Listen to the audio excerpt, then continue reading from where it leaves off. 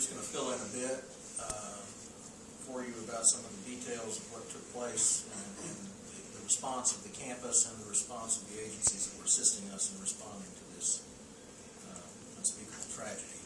As Dr. Keenum mentioned, we did receive the 911 call came at 9:54, and an officer on site at Evans Hall at 9:55. It was not clear at the beginning, based on the injuries that were observed, whether the student had been shot or stabbed. The ambulance was dispatched from the hospital 1 minute after that, 9:56. They arrived on the scene just after 10 o'clock. Were able to assess what took place and transported the victim just about 12 or 13 minutes after that. It was at that very moment that the investigation began. Notifications began to come to the members of our crisis action team. The campus was placed on alert. The University Police Department, as Dr. Keenum already mentioned, began immediately leading the investigation, asked for and received excellent cooperation from Starkville Police Department and Octavia County Sheriff's Office on two primary fronts, one of which was to step up immediately patrols on our campus, not only patrols throughout the campus, but foot patrols through our residence halls.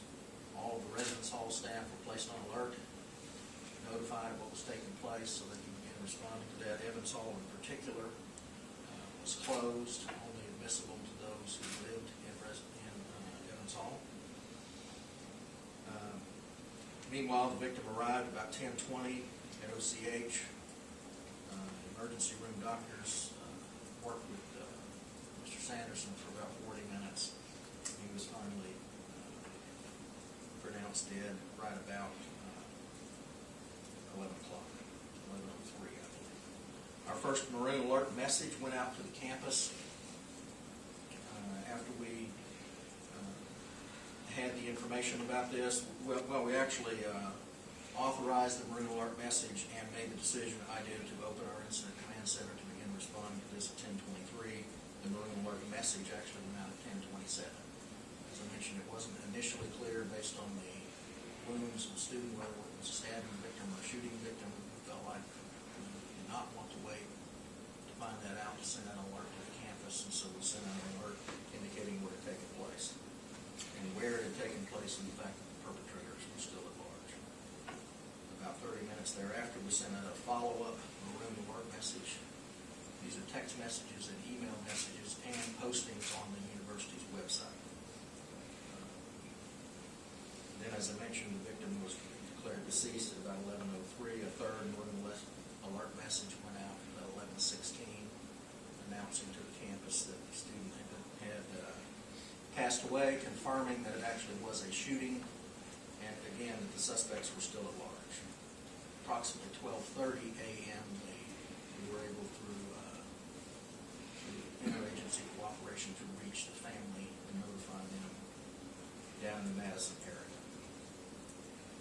Again, the investigation continued during the night, continues to go on, very aggressive investigation to resolve this. Two important updates have taken place. A weapon has been found on our campus, so that's an important update in the investigation.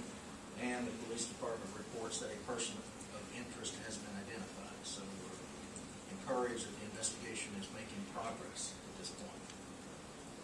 Since our goal, obviously, is to identify the suspects and bring them into custody immediately so we can begin then to put all of this together. That is what we ask anyone that has any information about this to provide us any information.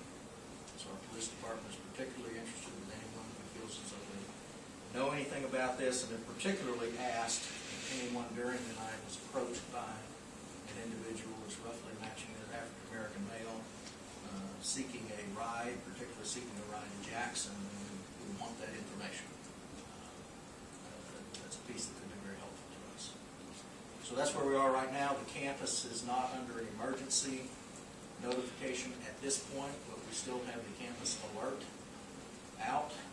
We have the blue banner on our website, so anyone can go to the MSU website and receive ongoing updates as we have them about this incident. We will continue to provide those updates as we have any additional information about this, the ongoing investigation, or anything else that we'll we feel like we need to notify the campus. So that's kind of where we are in terms of the investigation right now. I'll certainly be happy to respond to any questions at this point. Yes, sir. Yeah, my name is Tom Smith with the Commercial Dispatch. Yes, sir.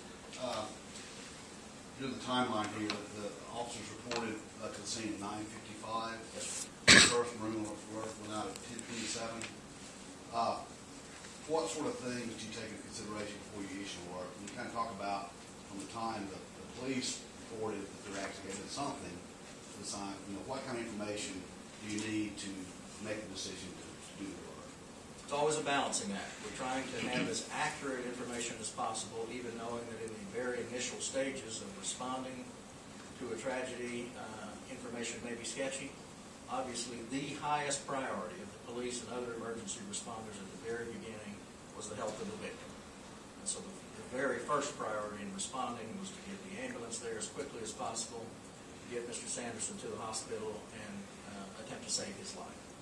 Immediately thereafter, as I mentioned, you move into investigation, gathering information, talking to witnesses, seeing whatever we know.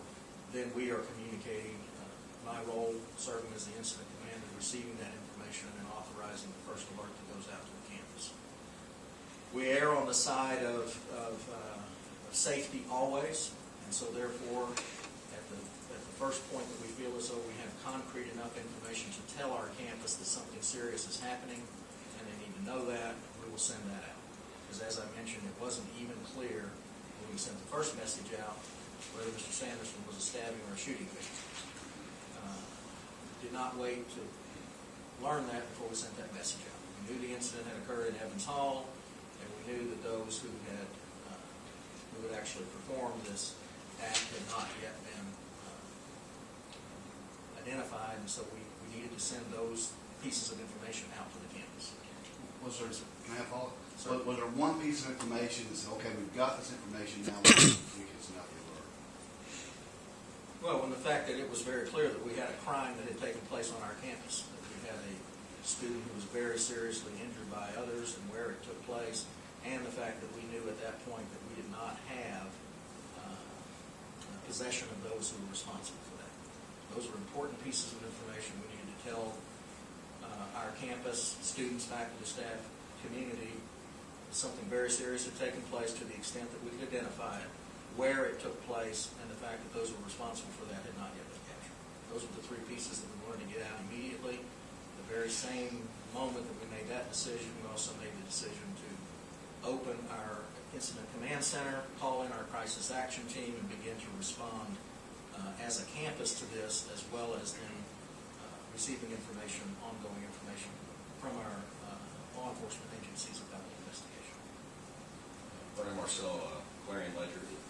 Any other rooms or floors cleared of any students been moved out of Evans Hall? We did relocate the students in several rooms that were just adjacent to the room where this incident took place. If you're familiar with Evans Hall, it's a quadrangle, and so essentially the rooms that were on that wing on the first floor where this incident took place were clear. There were 24 students that were asked to be relocated, and immediately the housing staff did an excellent job identifying other places to be able to place those students, assisting them in moving there, and we're hoping that won't be for very long, but that was intended to enhance and protect the integrity of the investigation of this incident. Are you sure it was the first floor and not the second floor? Yes. Yes, sir. James Swindoll, Fox News. Did this happen in a store? Yes. It was, yes, it happened in a residence hall. Was there any witnesses to it? Yes. And why do you believe that one of the person injured, suspect, whatever, was headed to Jackson? Some of that information is part of the details of the investigation. As Dr. Keenum mentioned at the beginning, we have to be careful about what we share. We don't want to in any way interfere with the ability to get a speedy conclusion to our investigation. And so there are certain things about this that we've learned about that we're just not at liberty to share right now because of the ongoing criminal investigation.